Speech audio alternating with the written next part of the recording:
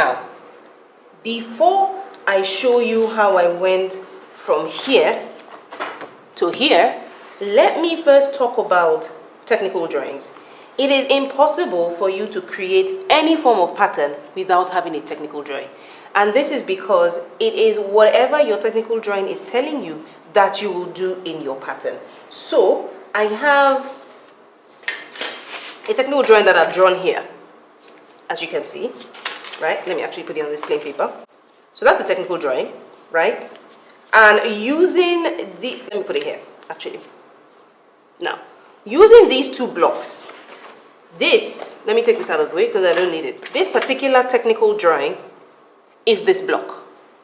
This particular technical drawing is this block. And I'll explain why. First things first, technical drawings explain the design details in the garment, right? So whatever it is that your picture is telling you is what you will eventually do in your pattern, right? Very, very important to note that. Now, in this situation, you can see that my technical drawing has the neck dart and the waist dart. So that is why you have this here. Sometimes people kind of get confused because, you know, your technical drawing is showing you the full garment and what it looks like when you are done sewing it. Meanwhile, your block is just for half of your body.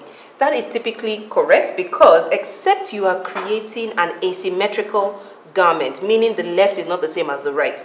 If you have an asymmetrical garment, let's say for example you have a neckline like that, you will most likely need to trace out the full front of your pattern so that you can create this look. Similar to also if you have like a mono strap or things like that. But in this situation, it is asymmetrical. So our work is typically done on one half of the pattern so that when you trace the other half, you have the full front. Your technical drawing shows you what the garment is supposed to look like when you are done sewing it. So basically when I'm done sewing this, I should have 2 lines here and 2 lines here.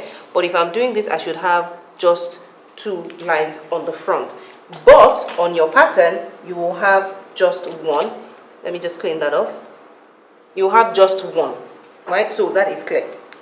Now, moving on, I will show you how to move from this point to this point. Thank you for watching this video. Hope you learned a lot. Don't forget to like and share the video and of course subscribe to our channel. Leave your comments below or reach out to us through any of these means if you have questions. Do visit www.martwayne.com for details of our upcoming courses. I'll see you in the next video.